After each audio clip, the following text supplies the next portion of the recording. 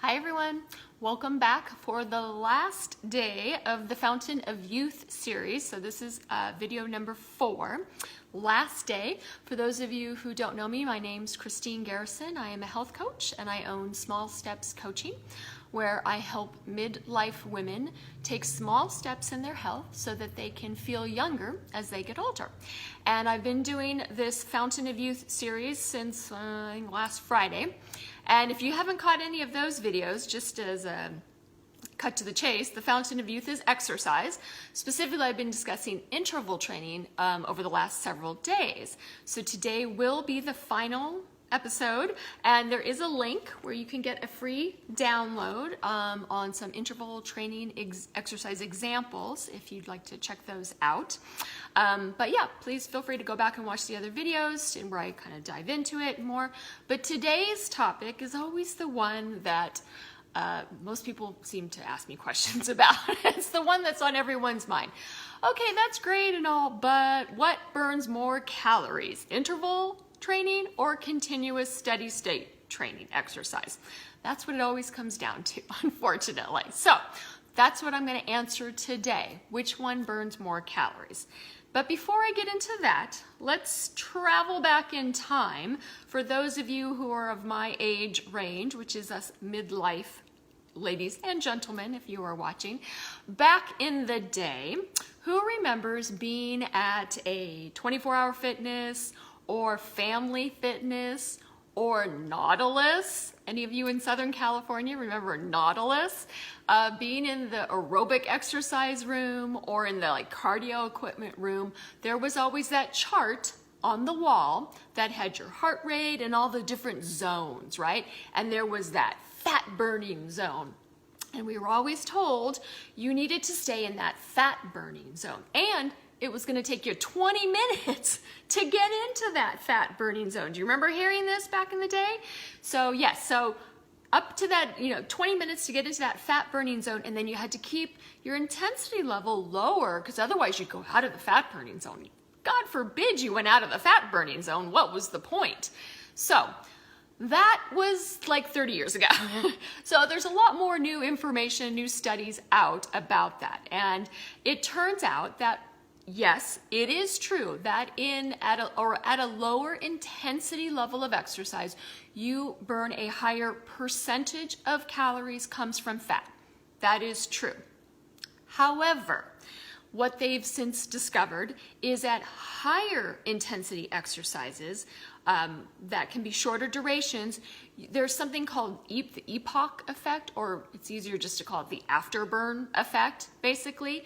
So that at a higher intensity of exercise, let's say you do 15 minutes of a high intensity, really high intensity interval training, you don't burn a whole lot of calories in that 15 minutes, but you burn more calories later in the day. That's the afterburn effect.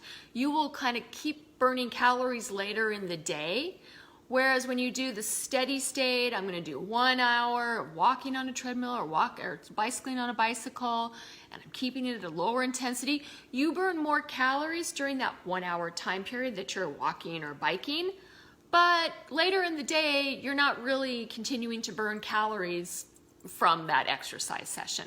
So it kind of makes up for it. That's why it's okay and it's good to go outside of that fat burning zone. It's not like, I'm wasting all that time. No, you will burn more calories later in the day. So who's the winner when it comes to calorie burn for high intensity interval training versus steady state continuous?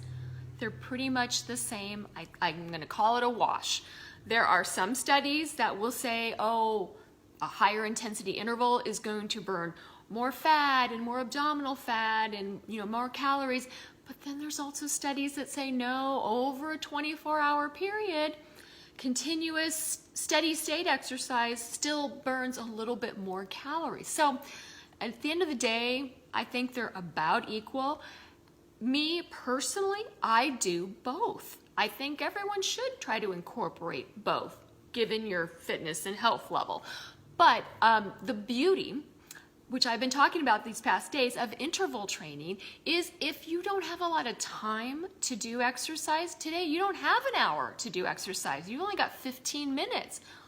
Great, do a 15-minute higher intensity interval training exercise and you will get tremendous benefit. It's not about how many calories you burn in that 15 minutes, it's about the calories you're going to be burning for the next several hours afterwards, okay? And it's not even about the calories that you burn. I don't even really care. Again, I have no fancy watch. I don't care how many calories I burn during an exercise session. I don't even have any clue.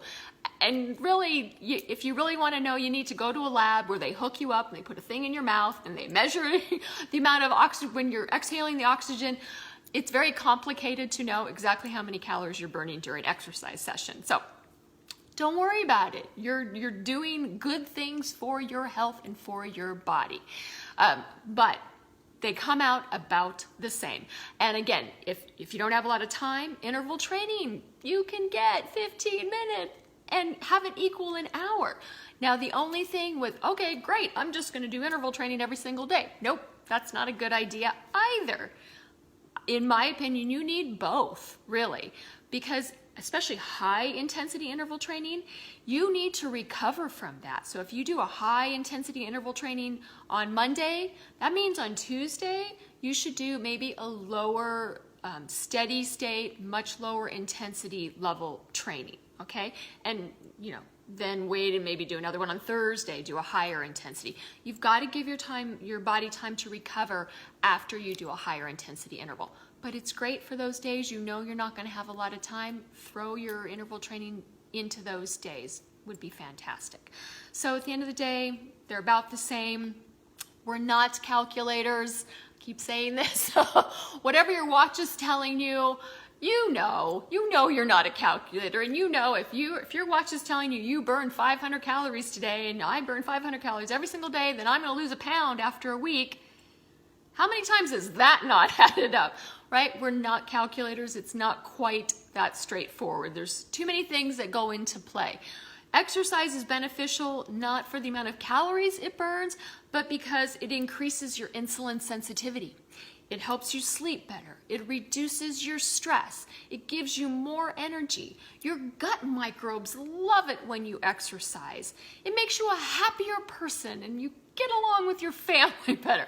All these amazing things from exercise have nothing to do with the amount of calories you burn. So I don't care how many calories you're burning.